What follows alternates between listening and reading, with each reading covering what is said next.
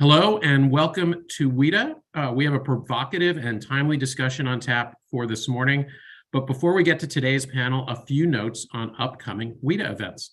Next Wednesday, November 9th, we'll be following up on our recent discussions about the electrical vehicle tax credit with a discussion of green industrial policies and trade, which have been part of three big legislative initiatives in the U.S. in the past year dealing with infrastructure, semiconductors, and climate change. We're also planning to announce our 2023 Washington International Trade Conference. That'll be a hybrid event taking place in February. For those of you joining us from across the US and around the world, all the programming will be available online via Zoom. And if you're local in Washington, D.C. or may be able to plan to travel here, you'll be able to watch the first part online and then join us in person for the final half day of events. Information on these events can be found in our event program that we sent around this morning and on our website, www.wita.org. As you know, if you've watched any of our past webinars, we like to call out the names of those you're in community with on Zoom, even if you can't see them on screen.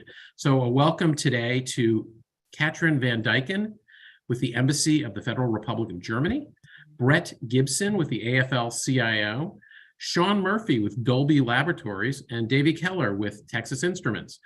Welcome, Katrin, Brett, Sean, Davey, and welcome to all of you. If you're watching this on Zoom, you can ask questions of our panel using the Q&A tab on Zoom. You should have also received a copy of today's event program and biographies of our speakers by email, so we can dispense with lengthy introductions. If you spent any time talking to trade people in the United States and around the world in the past couple months, the two issues that are front of mind in the trade community, especially here in Washington, are that issue of the EV tax credits that I mentioned earlier and that we talked about last week, and these new U.S. export controls on semiconductors and manufacturing equipment. Of course, the discussion of semiconductors is not just limited to the new export controls, it's also wrapped up in the new manufacturing incentives contained in the CHIPS Act, but that's a topic for another day. Today, we're here to talk about the export controls, and we have a fantastic panel assembled that brings together three people who can each tell a different part of the story of semiconductors, the law, what it means for industry, and the geopolitical impact. We're pleased to welcome two new faces to the WITA screen. Melissa Duffy is a partner at Fenwick & West LLP. Melissa began her legal career in the Office of the General Counsel at the U.S. Nuclear Regulatory Commission and is our expert today on the nexus between export controls and the technology sector. Jimmy Goodrich, Vice President of Global Policy at the Semiconductor Industry Association, which seeks to strengthen U.S. leadership of the semiconductor manufacturing, design, and research. Jimmy and SIA have had a busy few months, and we're grateful he could join us today. We're also pleased to welcome back to WITA Paul Triolo, Senior Vice President for China and Technology Policy Lead at Albright Stonebridge Group and Denton's Global Advisors. Paul is my go-to read on China technology and security issues, and I'm delighted he could be with us today. And our moderator, my dear friend Paula Stern, President of the Stern Group and the former chair of the U.S. International Trade Commission. Paula moderated a fantastic event we had back in March on the new Russia sanctions. And today's event is an interesting bookend to that event 8 months ago. It's always a pleasure to see you, Paula. You can unmute your line, Paula. We can never get through a session without the unmute. Okay, so I've done it. Everybody's cool. That's good luck for the rest of you. Thank you very much, Ken, for convening us. And an amazing group of speakers. And I guess I just want to set the table a little bit here for our guests who are listening in, who be able to ask questions very soon.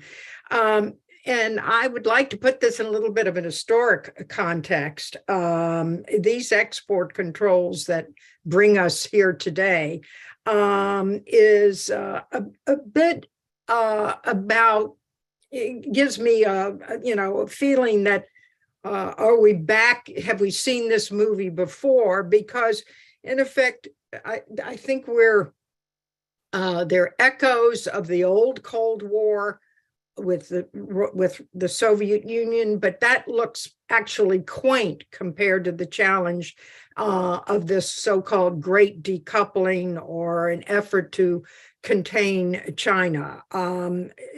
Russia was an easy challenge for us compared, because basically it was an autarky. Basically, we were not sharing technology. They would steal a bit or so, but we didn't have what has been now decades and decades of our working with China, the United States with China, both in semiconductors, but in a whole range of products.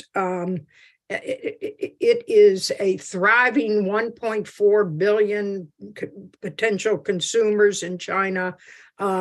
Basically, Russia shot itself in the foot with its system, economic system, and basically fed off of the consuming population to, if you will, supply technology to the military, and ultimately collapsed. So, I mean, we've got a challenge with China, which is far different. We had another similar movie, if you will. Have I seen this movie before? A little bit in the 80s with Japan. Particularly on semiconductors. Of course, you may remember that in the Reagan administration, we had restrictions on semiconductors coming from Japan. At the time, the politicians thought that Japan was 10 feet tall, it was going to eat our lunch, and that we really had to intervene at that time more on the importation of semiconductors into the United States. Again, problems that were easy compared to what President Biden and the U.S. and our allies are facing with regard to China, because they have made good use of the last 4 or so decades to advance to become such a technological challenge to us. So we had the similar themes. I hope we'll bring them out again today. When it came to our allies and working with our allies, particularly when it came to restrictions on the Soviet Union, and the COCOM, which was the coordinating committee of multilateral export controls of those days, is now embodied in the Wassenaar agreement of 40 plus of our allies, both European and Asian. But technological, if you will, race that we are in is going to take center stage, I believe, if you read the paper today, I believe, with both President Biden and Xi meeting in the next couple of weeks, and to really perhaps, I don't think will resolve anything. I think it will be a meeting, at least. I think it'll, but technology will certainly play center stage. So now, I would just like to turn the floor over first to Melissa, who is going to kind of tell us what precipitated our coming here today, this Department of Commerce announcement in early October on these export controls on semiconductors, semiconductor equipment, and know-how and servicing.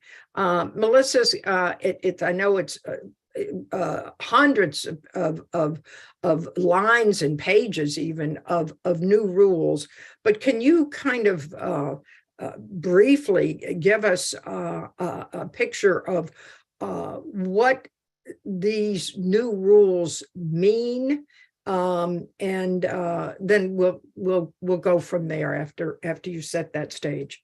Sure, happy to. Thank you, Paula. So I'll just keep it very high level because, as you noted, the rule is quite expansive and it covers a lot of different territory. So I'll just hit the high notes to set the stage. The rule did a few things. First of all, it implemented new controls on high performance integrated circuits. And these controls really appear to be targeted at advanced node semiconductor technology used in artificial intelligence applications, in particular, graphical processing units, tensor processing units, neural processors, in-memory processors, for example. And I think that the controls are one of the easier parts of the rule because they're fairly straightforward. The technical parameters are listed on the Commerce Control List in this new control for these integrated circuits, and it's fairly straightforward to figure out whether or not the product you're working with meets those controls. They also capture computers and electronic assemblies that contain those types of controlled integrated circuits. I think where the rule gets a little bit more complicated and a little more interesting for a lot of industry is that there are also these new end use activity controls.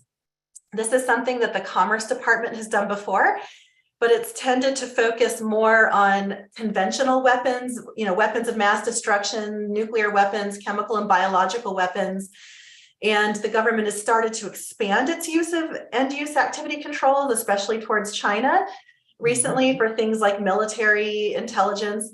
And what this rule does now is it's targeting end-use activities, specifically in China, relating to supercomputers and facilities that produce certain advanced node technology semiconductors. And I think where it especially gets really interesting is that some of these controls are on U.S. persons providing support for those kinds of activities in China. So not just the shipment of goods, but activities by U.S. person that would provide support or service or transferring or shipment of items to those facilities. So it creates a great burden for knowing your customer and end use due diligence. I'd like to ask you to kind of go in a little bit more on the supercomputers and what that is going to mean in terms of what can be shipped. How will the Department of Commerce check to see that there is compliance? I read something in the South China Morning News yesterday that there seems to be some movement of cooperation where some of these entities had resisted visits from the Department of Commerce or folks in our embassy. How does that work, and will it work? Sure. So first of all, I should just say the government has a definition now of supercomputers. And so they've put that in the regulations defining, exactly what is a supercomputer. And it's a fairly technical definition that has to do with maximum theoretical compute capacity. So companies can look that up in the regulations. But, the government they've been trying to put out some guidance around this through putting parties in China on the entity list, for example, or the unverified list. So this is the government's way of signaling to U.S. industry, we've identified these parties as being in this industry, and we're making the decision or the judgment call for you that you cannot send anything to these entities.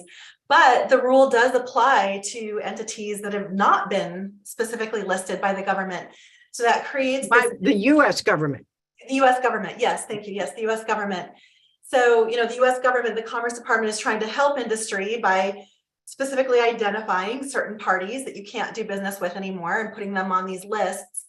But beyond that, U.S. persons and U.S. companies still have this obligation to know that they're not supporting these activities, whether they're on the list or not.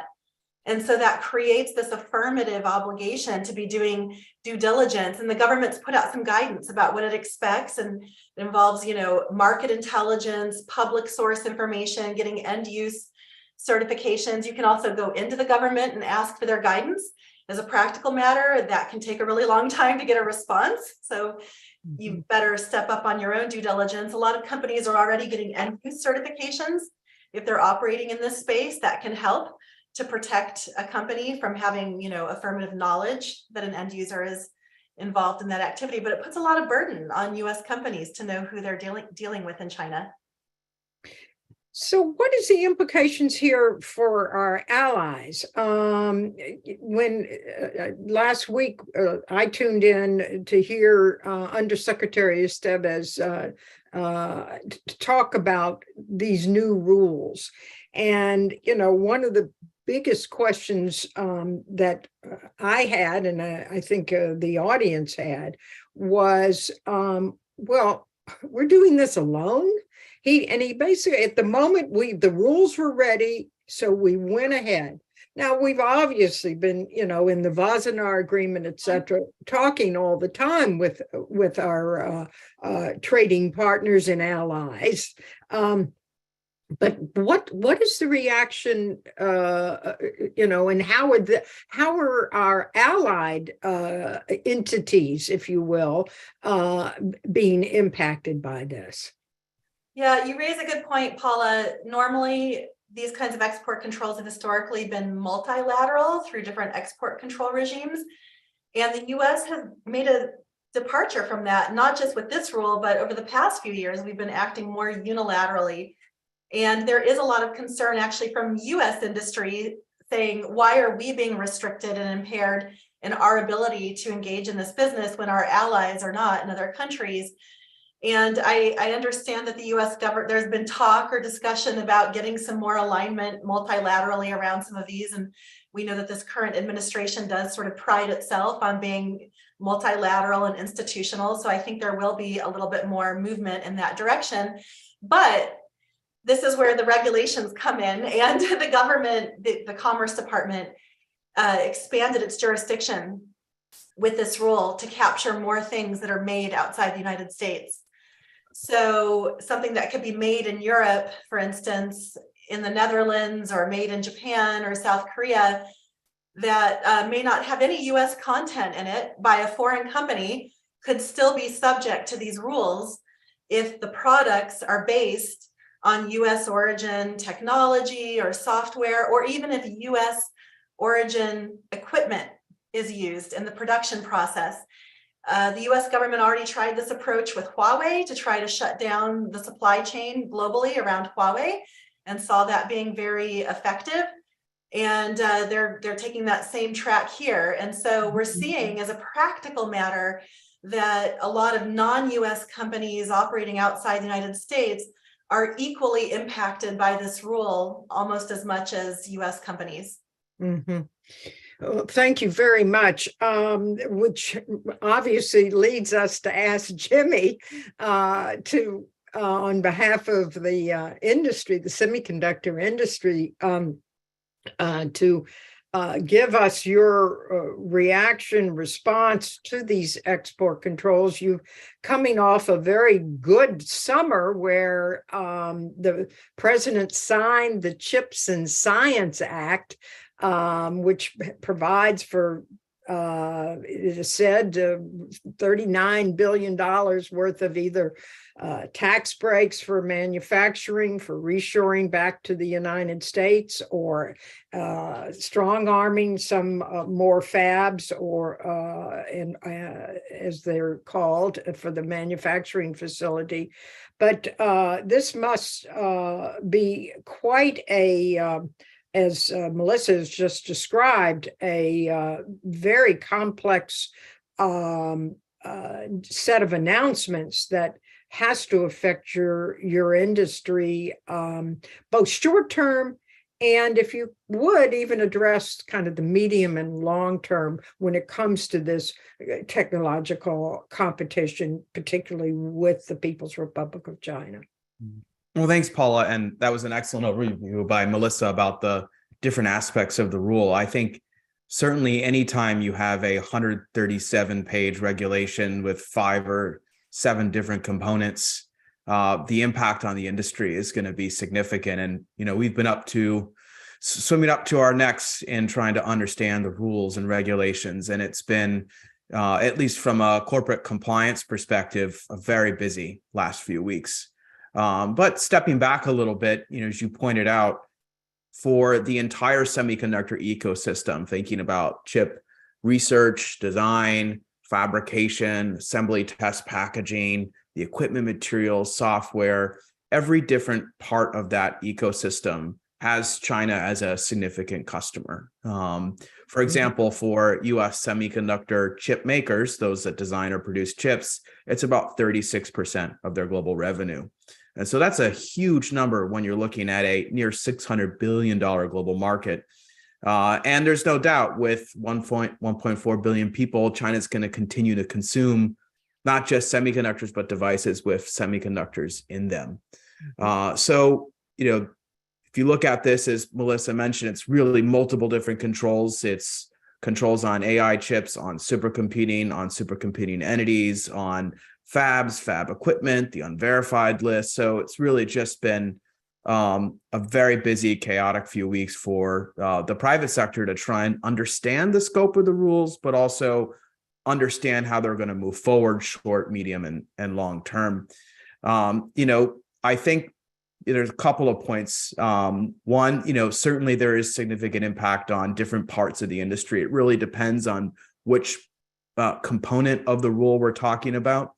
Some private sector firms have announced forecasts next year where they might see a decline in revenue by $1 billion to $2.5 billion per company.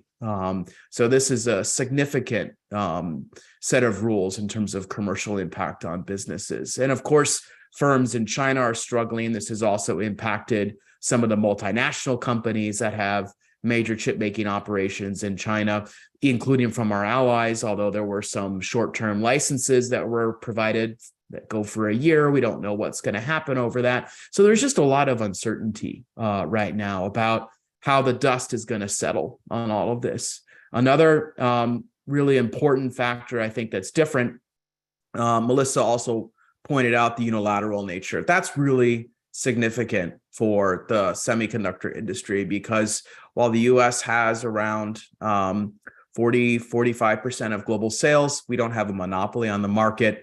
The same is true for semiconductor manufacturing equipment, software. And there are today companies in China, in Japan, in Europe that can replace and backfill for many of the U.S. companies that are now restricted from export of items subject to the EAR under these rules. So, I think there's definitely a sense of disappointment that allies were not on board with this rule when it rolled out, but a sense of urgency that they come on board soon to try and ensure that U.S. companies don't bleed out market share to their foreign competitors. That doesn't help the U.S. government achieve the objective. It harms U.S. industry, but more importantly, it does not address the national security goal because those entities of which the U.S. government has concern over in China are still able to access that technology we don't want. The U.S. government does not want them to obtain. So on the multilateral front, that is a significant area where the private sector is watching that very closely for future developments. The second is just the process. I think the industry over the last several decades has been used to a regular order rulemaking when it comes to export controls, significant engagement with the private sector, engagement through the advisory committees at BIS, public notice and comment on the regulations. This time, frankly, the government level of engagement with the industry was much, much more limited, in some cases non-existent, where they received surprise notices, is-informed letters over the summer, basically all functions stop sales of certain items, and those came as a complete surprise. So that's also a very significant departure from past BIS and commerce rulemaking with export controls is a lack of significant and robust engagement with industry. And certainly the government, I think, is in a different posture with China, with industry. So there's some understanding of why they've taken that. But with these complex rules and supply chains, it's easy to sometimes overshoot or perhaps sweep in some unintended consequences. And I think we're seeing some of that and some of the ways the rules are being adjusted with the new FAQ document released last week. So, certainly some anxiety over the unilateral nature of the rule and the lack of prior engagement with industry. But, I think the private sector, we understand that that we're in a different strategic posture with China. There are real significant concerns that exist between the two countries at a geopolitical level, and Washington now fully understands the strategic nature of semiconductor technology, and that's a double-edged sword. On the one hand, it produced the CHIPS Act. On the other hand, now we have these export control rules that have come out here. So, we're still really assessing this very closely. And the last thing is, we're watching very carefully how Beijing's going to react. It's a major market for our companies, and they're certainly, as they've stated officially and through private channels, very unhappy about these rules. And we don't expect them to just kind of sit by and do nothing about it. So that's something that we're very concerned and watching as well. Well, do you care to possibly suggest what reaction you think that the Chinese will have, other than the rhetorical response at the official level, that the U.S. is trying to monopolize technology, which I thought was quite interesting, because there's been such an interesting comparison between the trade in semiconductors being the new oil, in the sense that it is so pervasive and such an underpinning part of our global economy. And of course, with oil, we're dealing with a cartel at this point.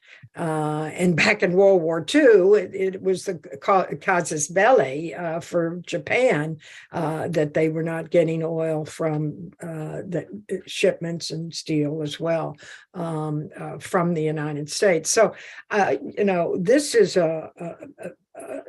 semiconductors is, I think, metaphorically the new oil, for China, for the United States, for the world.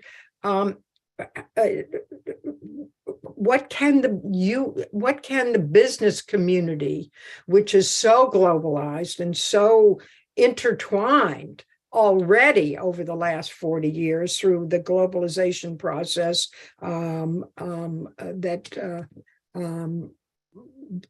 that brings us here today, what can the business community do in this context? Well, that's a great question. I absolutely agree. I think to the extent that the oil crisis prompted the world to understand the strategic nature of oil, the chip crisis has also prompted governments and the public to understand just how important semiconductors are. However, chips are, unlike oil, not a commodity. There's, one major type of oil, but you've got hundreds of different types of chips across, dozens of countries, hundreds of suppliers, the complexity around the supply chain. It's the most globalized supply chain in the manufacturing sector, period. So trying to kind of control something that's not a commodity as maybe a commodity is going to run into a lot of challenges and realities.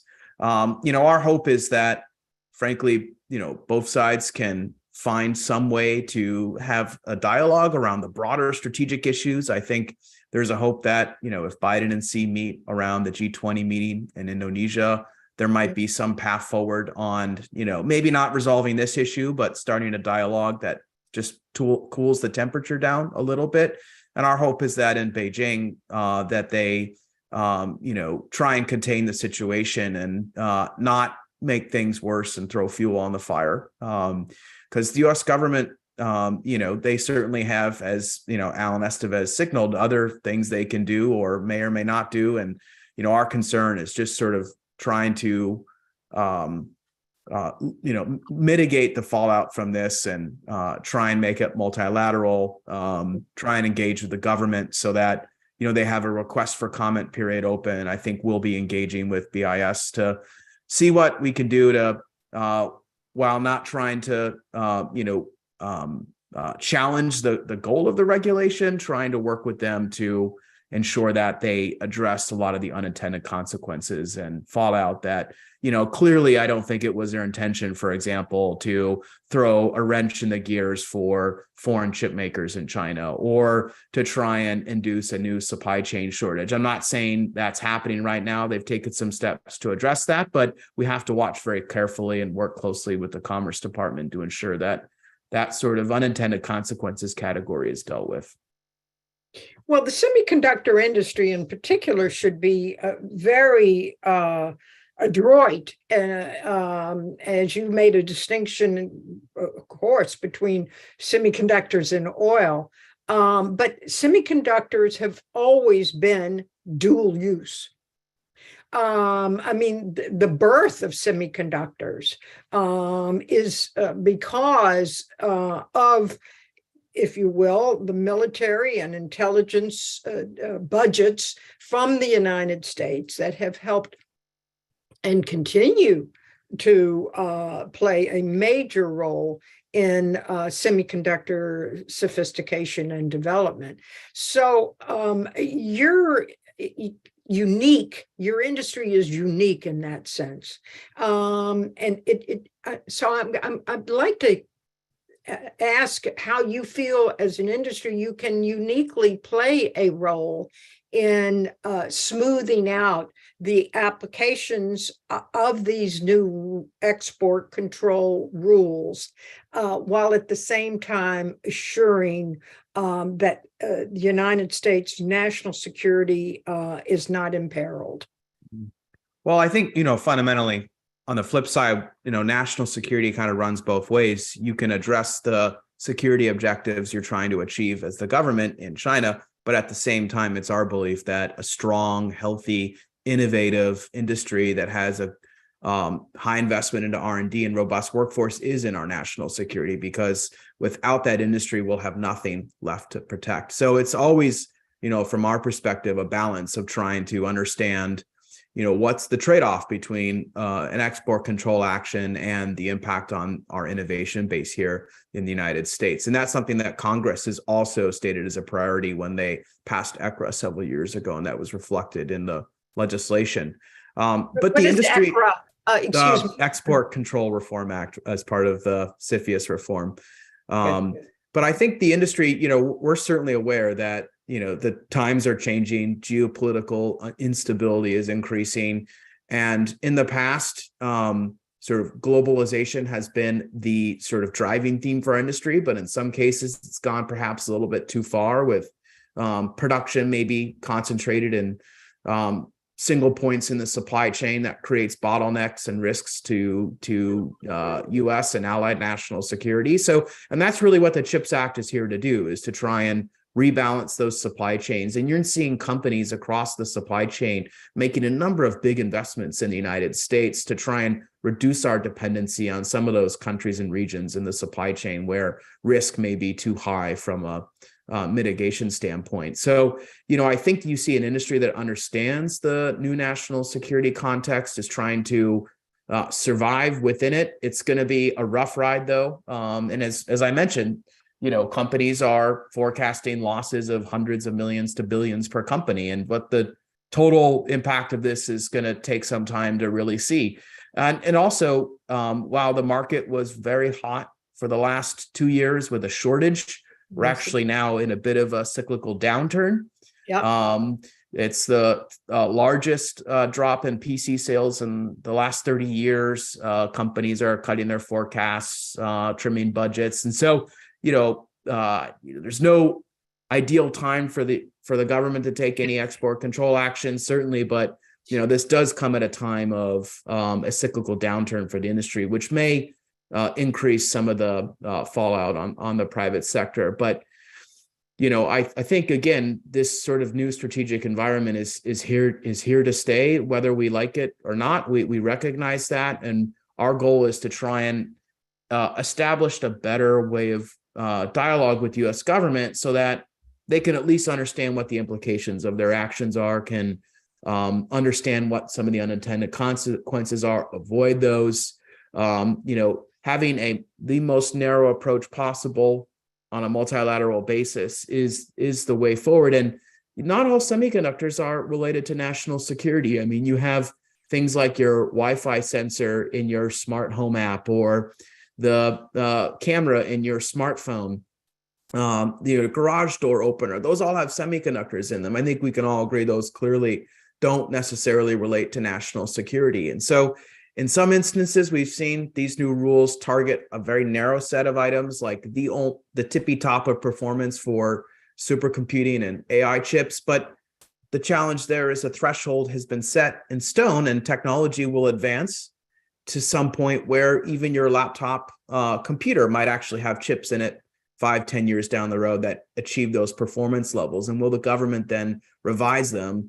They've said no, but we'll see when we get there. And then finally, on the equipment and fab side of thing, I mean, there's no doubt, and the government's been clear about this, that they were trying to target China's current capabilities. In some cases, some of that technology is not necessarily at the leading edge, and so they've kind of gone back up a few levels of what the thresholds are. So the thresholds aren't really within the rules entirely consistent. Some are at the very tippy top, some come back a little bit.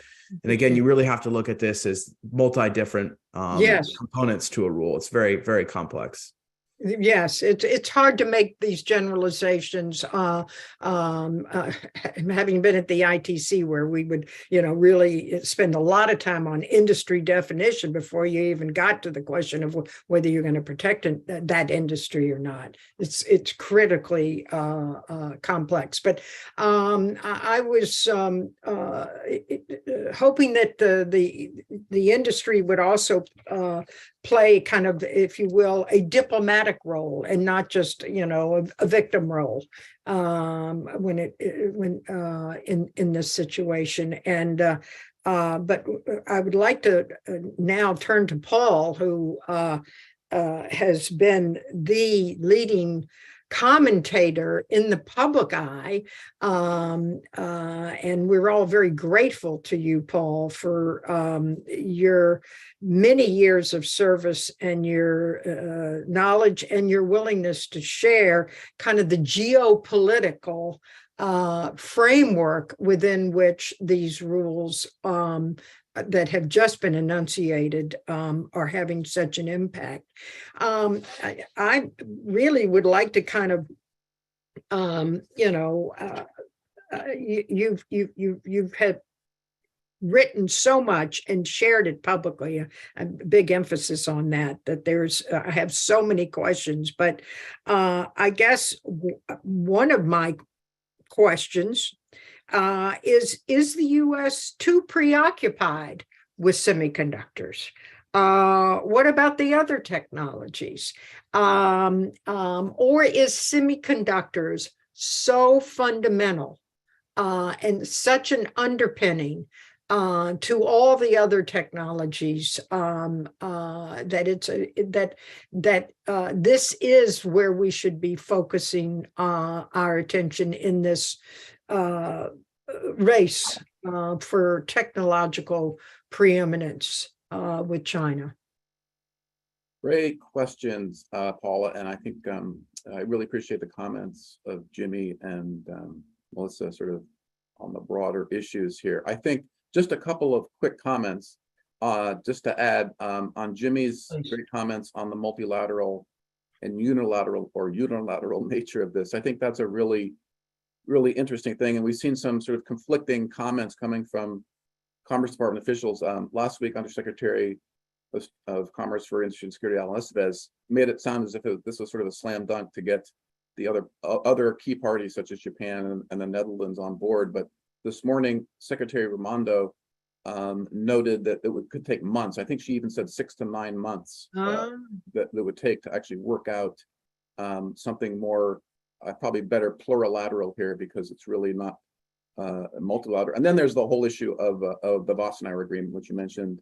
And early on, the Commerce Department has indicated they would take these controls to Wassenaar, but that's probably a 2-year process rather than 9 months. So that's a really outstanding issue, I think, because as Jimmy so articulately noted, the U.S. industry, for example, is concerned about these being unilateral and is always urging the Commerce Department to make these multilateral or plurilateral, so that U.S. industry isn't uniquely disadvantaged, for example, particularly in the tool making side of this thing.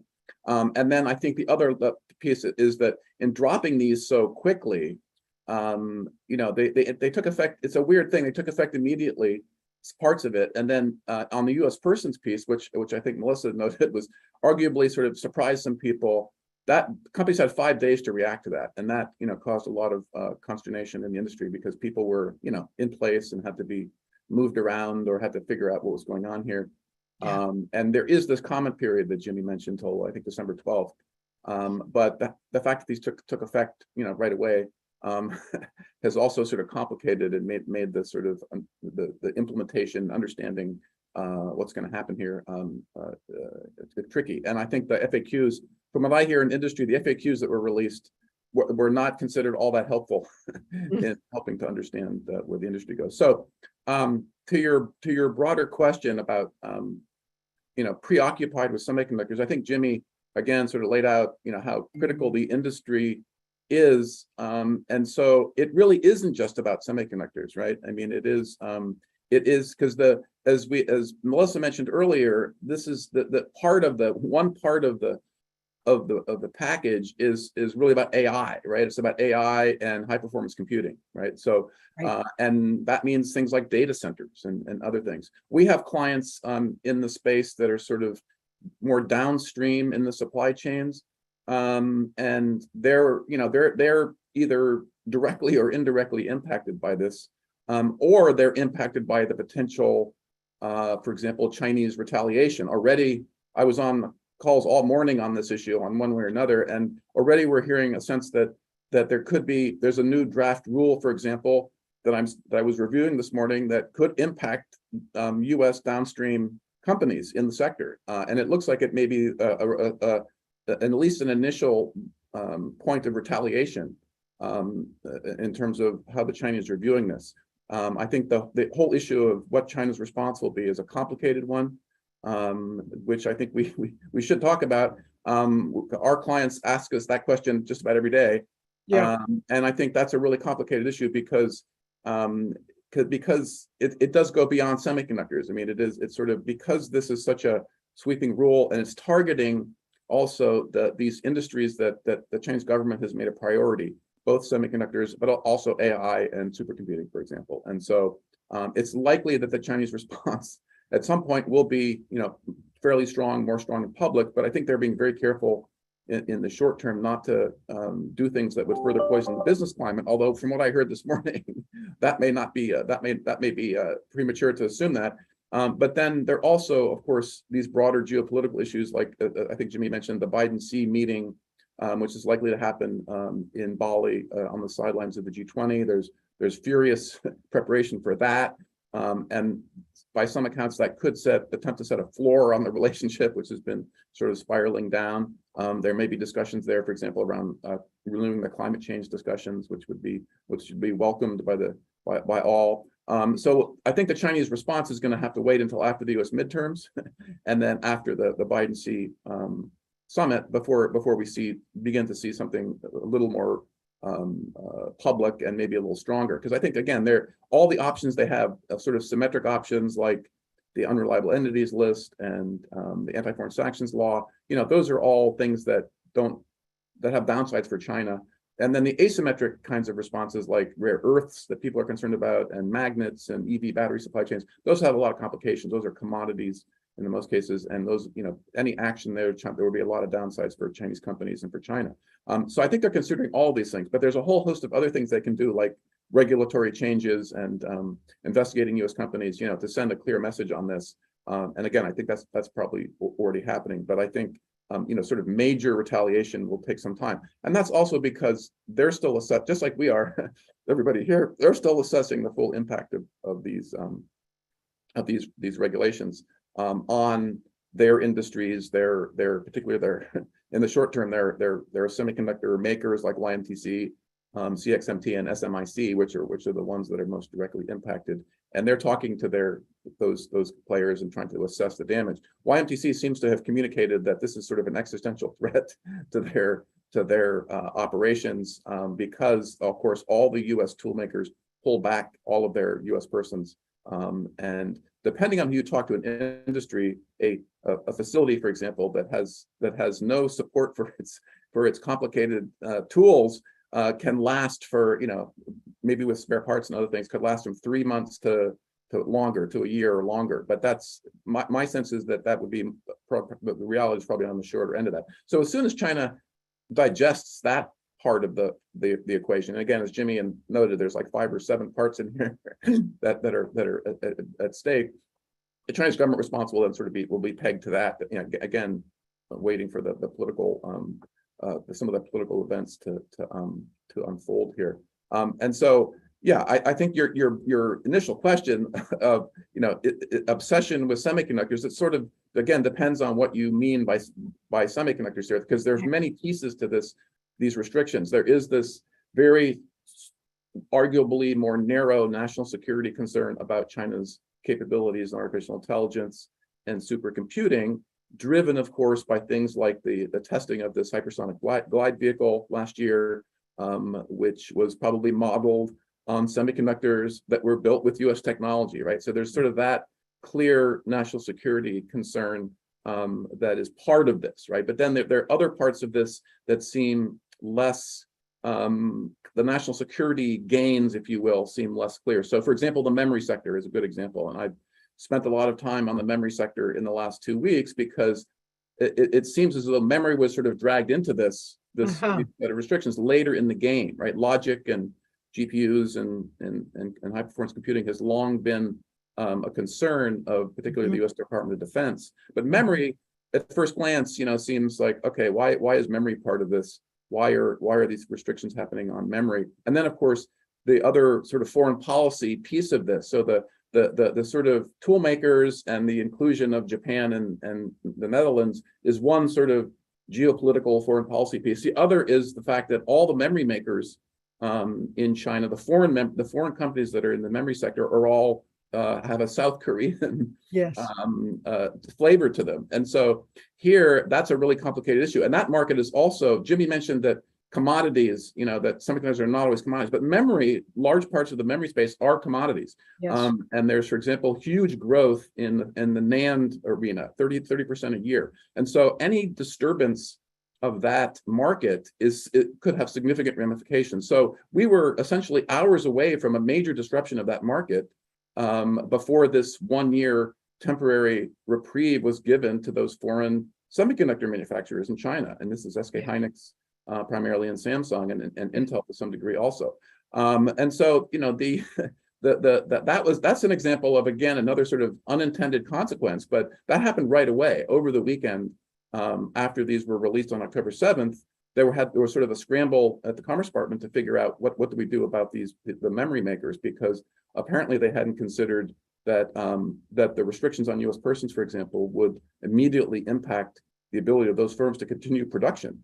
And as one industry person told me, you know, a disruption of the type that could have happened could have made the global chip shortage look like child's play, because the memory sector is, you know, again, very commercially driven, very competitive, more cutting edge. You have to be able to compete, and it's a very market driven and sensitive to very small changes in price and other things, right? So it's a different animal completely almost than logic, which is really driven by different kinds of considerations. So in any case, I think that you know, that again, getting back to your question, the U.S. is preoccupied with semiconductors, but I think the challenge is sorting out, you know, what is really a national security concern here. And as Jimmy noted, most of the semiconductors, you know, going to China are not in the sensitive range. Although I did note that Alan Estevez last week, in a kind of a strange remark, said China should be happy making semiconductors for airbags in automobiles, and I'm sure that went down really well in the Chinese semiconductor industry. So I think that's the challenge, is balancing the national security with the economic security piece, which, as Jimmy mentioned, you know, China is integrated into global supply chains in a lot of different areas. And so there hasn't really been, in my view, a significant discussion of how China fits into those supply chains and under what conditions. For example, subsidies, of course, are of great concern to the U.S. government, rightly, and to the industry more broadly. But instead of a sort of a broader discussion around that, we have we're trying to grapple with this very complicated package of export controls, which touches on both national security and economic security. And then we also have finally last week, Undersecretary Estevez saying that basically national security trumps economics and trade, and regardless of the impact. And as Jimmy noted, we're talking about billions of dollars here. The 2023 figure, I was on the call last week with Lam, in their earnings call. They were talking about 2 to 2.5 billion, probably similar figures for other key players like Applied Materials and KLA Tencor. So we're talking about $5 to $6 billion next year, and that's not the smaller players. And then that translates right away, for example, into headcount. Like, how are you going to, if you suddenly have $5 billion that you don't have, you didn't have before, you couldn't count on, then that translates right away into changes in structurally influence the company and to R&D budgets, et cetera, et cetera. So the impacts, the sort of medium and longer term impacts of this set of measures is still to be seen. And I think you were going to ask me the question earlier. What is the success of this? How do you measure success here? Which I think is really interesting, because it depends on where you're sitting as to what the success is. I think Jimmy would probably agree that determining whether these measures, for example, slow down China's AI capabilities and supercomputing capabilities, that's going to take some time that's probably going to take 3 to 5 years to figure out, right? We're not going to know that for a while. We're not going to be able to measure that success. And then the question will be, can China find workarounds and other things? So at least the national security piece of this, I think, is tricky. We don't really know what success looks like, for example. And then for the other parts of this, there are a lot of losers. So success there is not clear. There might Paul, be I think we need to get to some questions. I'll just step in here a little bit. Yeah. So anyway, Okay. I just wanted to get to her initial question, but I was going to stop. Okay. Thank you. Thank you, Paul. And we didn't, we talked about people in a lot of different contexts. Talent and the impact of the brain power that is not is extraordinarily important here. We're not going to get to it today, but I just felt like we needed to put that into the formula when we're looking at what is success and whether this is will be successful or not, even after all the eggs have been cracked and things have been scrambled. Will we have an omelet at the end? And I think the talent in the head count is extraordinarily important, but that will be for another day. Okay, Ken, thank you. I know you have a lot of questions, and I'm available to stay longer if I don't know about the others that was asked in the chat. If y'all could reply to Ken. Well, thanks, and really stimulating conversation, guys. Thank you so much. We have great questions coming in, some of which I'm going to read just verbatim because they're really well crafted. But on different parts of this, I'm going to actually start with you, Melissa, quickly. There's a very specific question. Are there early indications whether non-U.S. companies and foreign governments will comply and cooperate with the new U.S. controls? If they don't, is U.S. application of the Foreign Direct Product Rule inevitable, or does the Biden administration have other options before FDPR is used? Well, so FDPR is already in place. It's already in effect, and it's being deployed for this rule already. So that's been happening for the past few weeks. The U.S. government has been very clear that it's willing to go there and use it. And we have seen a lot of rumblings, both from Congress as well as the administration, about foreign companies who are undercutting these rules and trying to supply into this market. We've already seen that with respect to Russia, and the U.S. government being willing to deploy enforcement resources. One more thing that I just wanted to mention about the unilateral versus multilateral nature of this. It's really interesting with China, because in the Russia situation, the Biden administration was able to coordinate multilateral sanctions really fast. And there was a striking amount of alignment, and we don't see that in the China space. And other countries are kind of willing to accommodate the U.S. in this, and slightly grumbling. And we're seeing Germany exercise a little more restriction over Chinese investment into Germany. We're seeing a little bit more from the UK. but our allies aren't there with us in the same way that they were with Russia.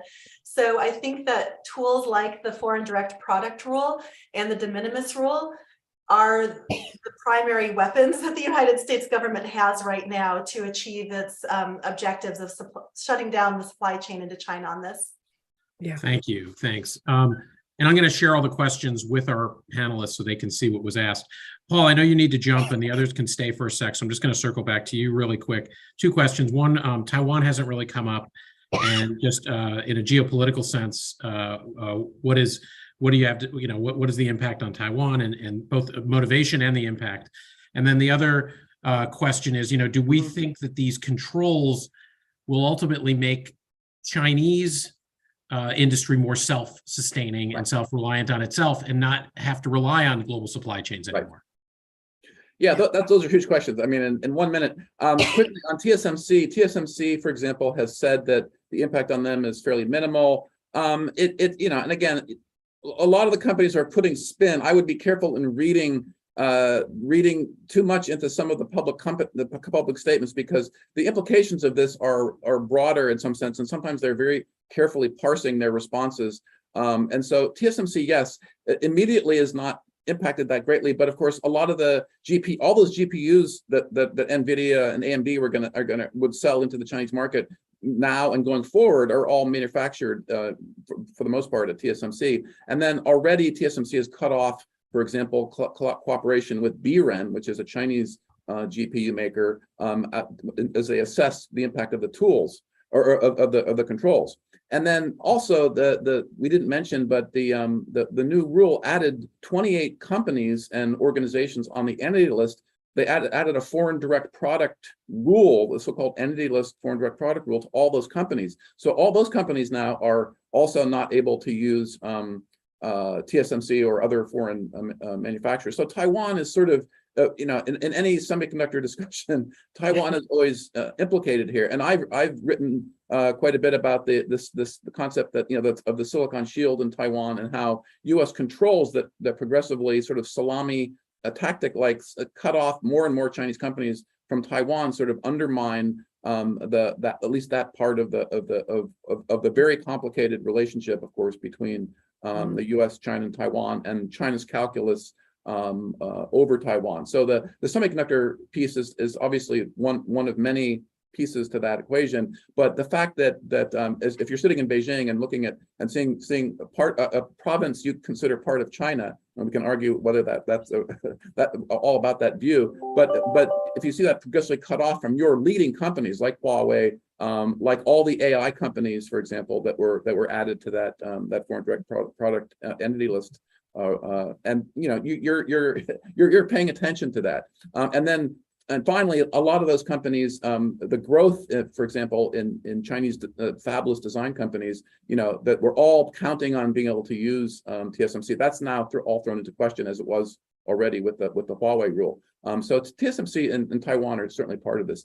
In terms of the domestic industry's ability to adjust, I mean, Jimmy is very, has forgotten more about that than I will. But it's tricky because the rules also, which we didn't mention, target inputs to their domestic semiconductor manufacturing capability, right? And so the rules are sort of devilishly clever in trying to really undermine their ability to get to any kind of advanced nodes, and as Jimmy noted, also to continue with current capacity because of those U.S. person rules, for example. So I think that the Chinese domestic industry is far behind, and if this rule is implemented fully, we'll have a really tough time, and we'll have to innovate in other ways. I need to leave, so thank you all very much for this great discussion. Paul, thank you very much. Appreciate your quick response to that question. And we will go back to Jimmy. Maybe Jimmy can follow up quickly on that last point about the Chinese industry, and then I want to get to you, Jimmy, on a couple questions about what the impact might be on the U.S. industry in general, both the ability to attract the best talent for the industry. Might this actually undermine in some ways U.S. leadership over the long term? For example, if Chinese engineers are frozen out, and then do we think that the way the CHIPS Act is implemented will drive a lot more federal funding into chips rather than private sector? Is it going to be more of a symbiotic relationship there? Good. Jimmy, mute. Get your crystal ball. Sorry. The drawback of the unilateral nature of the rules is that as long as the allies don't come on board and there's backfilling, that's going to encourage the de-Americanization of IP and supply chains. If you're a multinational company, you're thinking about developing your intellectual property, where are you going to do it? Probably not in the United States at this point. You're going to look to Singapore, Malaysia, India, Australia, where you necessarily, may not face that type of regulatory environment. So that's, again, the urgency around making this a multilateral, or as Paul mentioned, plurilateral rule, because that could lead to a weakening of our industrial base, which I'm sure is not the intention of these rules. And, the good news is that from, Secretary Raimondo down, the Commerce Department and state seems very committed to trying to make this multilateral. But Beijing will have a say whether or not this can be made multilateral, and they've been very loud and noisy about that. And frankly, the German chancellor leading a trade mission to Beijing is not necessarily the best signal that that's going to go down very well.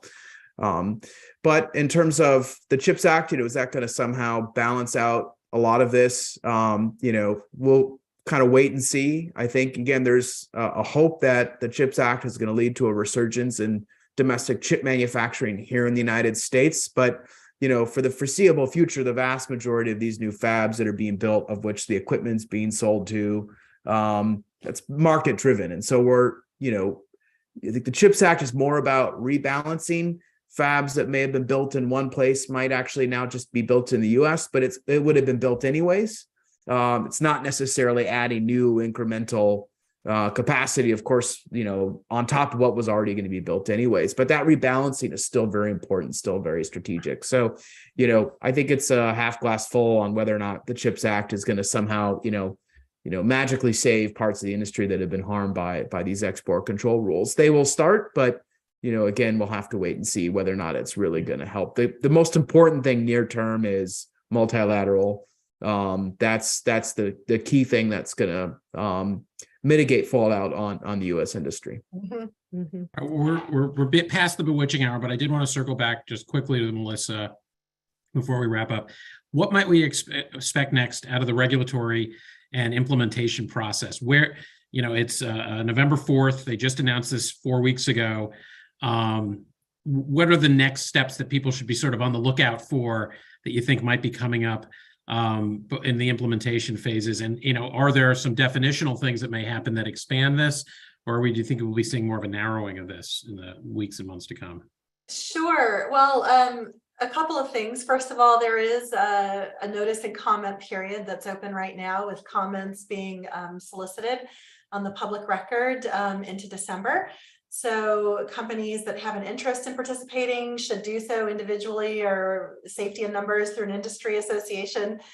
So there's that. Also, I think a few people mentioned BIS, the Bureau of Industry and Security, did release frequently asked questions last week. And hopefully they'll be continuing to issue more. We've already seen a little bit of a narrowing and specificity in some of the definitions around what is a facility, how are they attacking this idea of U.S. person and facilitation, and providing a little bit of narrowing around that. So I think that's been helpful. I think the other thing that we're hearing is that this is just the start. It actually started in 2018 with the ECRA and this mandate to start identifying emerging and foundational technologies. And this is just one step on this broader trajectory that we're on. I think we are definitely going to see more rules along this same thread. And I think we're going to see the government using more of this is informed letter concept. There's been some mention of that already. So, this is the idea that this, in the past few months, the Commerce Department started reaching out privately to certain players in the industry, giving them letters saying you are hereby informed that your products are restricted, and then following up with rules. So I think we're going to see more of that as well. So companies definitely need to be alert, not only to rulemakings, but to more specific private outreach. Mm-hmm. Thank you very much. Super helpful. I feel like we're going to need a follow-up on this conversation in the next few weeks or few months which we will be doing here at WITA. Thank you very much, Melissa. Thank you, Jimmy. Thanks, Paul, for joining us. Paula, always a pleasure to see you. Thank you for stimulating this conversation with us. And just a big note to all of you out there listening, quick note, Paula reached out and said, hey, you guys need to do an event on these export controls. Now, we were thinking of that along those lines, but Paula really spurred us along. So I want to encourage all of you, if you have ideas, send them our way, reach out and let us know of something you'd like to hear from WITA, that we can bring together some of the best and the brightest to have a conversation around the Zoom table or in person if it's depending on when it might be. So thank you all very much. Hope you all have a great weekend. Thanks so much for joining us, and thanks to all our attendees for being with us today. We look forward to seeing people next week for our discussion of green industrial subsidies. Thanks, everybody. Thank you all so Thanks. much. Thanks, Appreciate Ken. the kind words. Bye, kids.